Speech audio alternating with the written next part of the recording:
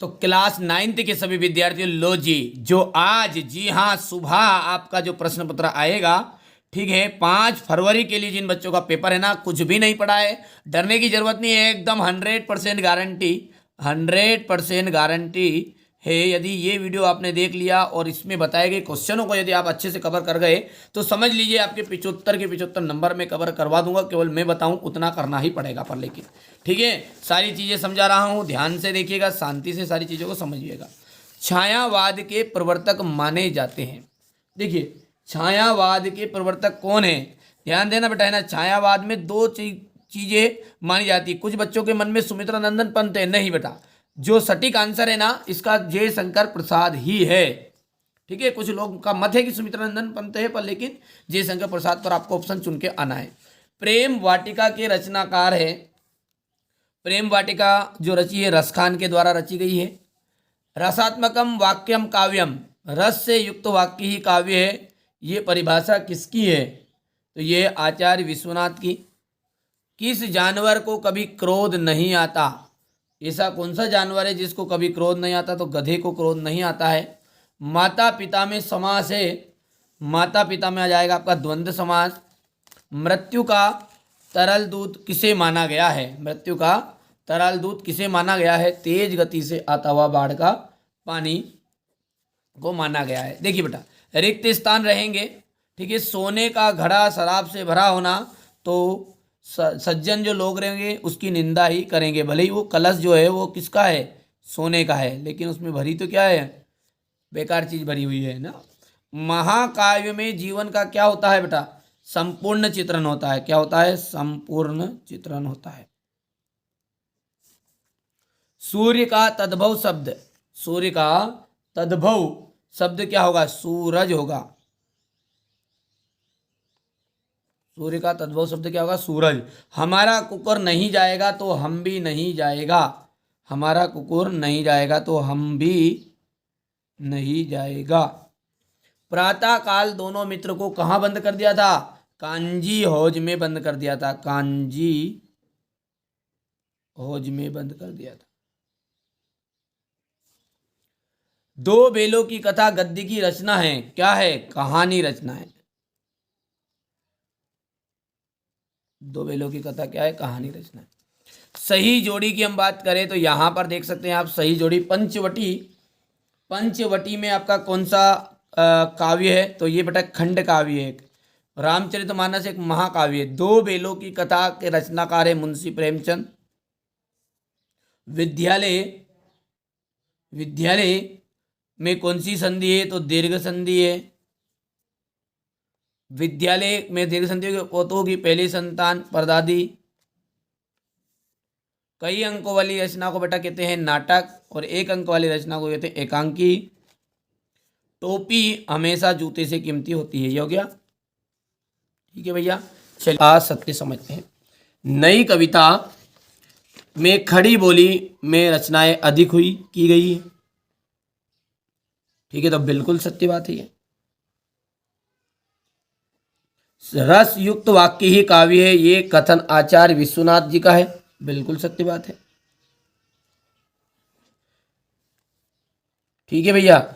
झूरी जो है गया का साला था, ठीक है, तो यह बात आपकी सत्य हो गई है, क्योंकि झूरी के साले का नाम क्या था, गया था। ये प्रश्न ऐसे भी पूछ सकता आपसे कि झूरी के साले का नाम बताइए, तो गया, ठीक है। और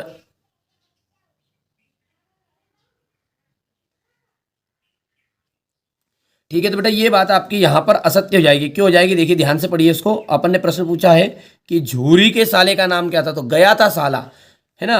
अब यहाँ पर बोल रहा जो प्रश्न को ध्यान से देखो, झूरी गया का साला था, झूरी तो जीजा जी था, ठीक है, तो ये असत्य हो गया भैया, है ना, ठीक है। हिमालय दीर्घ संधि का उदाहरण है। हिमालय में आपका हो जाएगा हिमालय धीमधन आलय, दीर्घ संधि है, दीर्घ स्वर संधि, बिल्कुल सत्य बात है, तो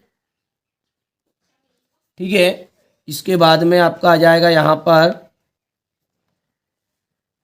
रिलीफ डॉक्टर ने नाव में कुत्ते को बैठा लिया था, असत्य बात है, ठीक है, असत्य है।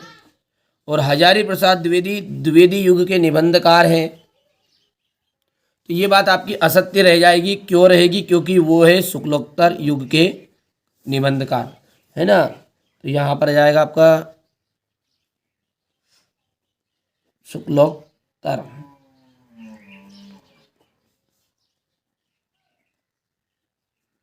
ठीक है भैया, चलिए आगे बढ़ते हैं और थोड़ा सा छोटा कर देते ताकि स्क्रीनशॉट लेने में आपको कोई दिक्कत नहीं आएगी। बाकी इनकी पीडीएफ के लिए डिस्क्रिप्शन में नंबर है, सॉल्यूशन वाली पीडीएफ भी मैं प्रोवाइड करा दूंगा, ये पेपर वाली पीडीएफ भी प्रोवाइड करवा दूंगा, कोई दिक्कत नहीं है ना। कॉल कर लेना, ठीक है। थोड़ा बहुत चार्ज आप जमा कर दीजिएगा, यदि आप करवा सकते हैं तो, नहीं कर सकते तो यहीं पे वीडियो से आप सॉल्यूशन कर लीजिए। यदि सॉल्यूशन चाहिए तो थोड़ा बहुत तो चार्ज है, पूरी 9th क्लास का खर्चा मात्र 200 रुपये रहेगा, उसमें आपका पूरा काम हो जाएगा, है ना।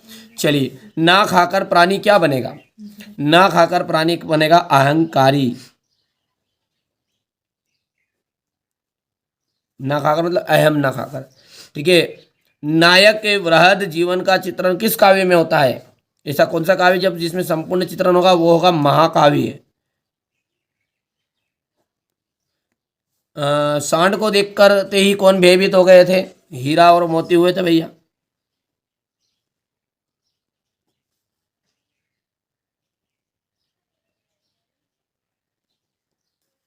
पंचामृत में कौन सा समास है? जहां पर देखो, ध्यान दो, जहां पर गिनती आ जाए वहां द्विगु समास, द्विगु समास है। जर्नल थिमैया का चित्र किसने मंगवाया था? बहन रेनू ने। तो रेनू, लेखिका की बहन जो थी रेनू, उनने मंगाया था। हजारी प्रसाद द्विवेदी किस युग के लेखक है? हजारी प्रसाद जो द्विवेदी है ना, वो छायावाद युग के लेखक है। हो गया।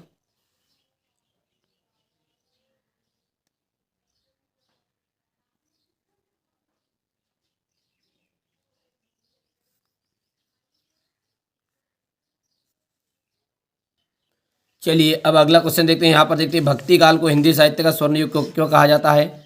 छायावाद के दो कवियों के नाम, उनकी रचनाएं देनी। कबीर ने ज्ञान, किस प्रकार के ज्ञान को महत्व दिया है?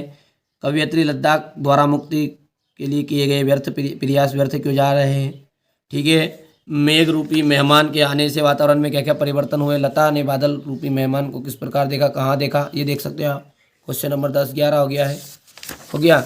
इसके बाद में यहाँ पर आप देख सकते हैं क्वेश्चन नंबर 12 13, प्रेमचंद की भाषा शैली, महादेव वर्मा की दो गद्य रचनाओं के नाम।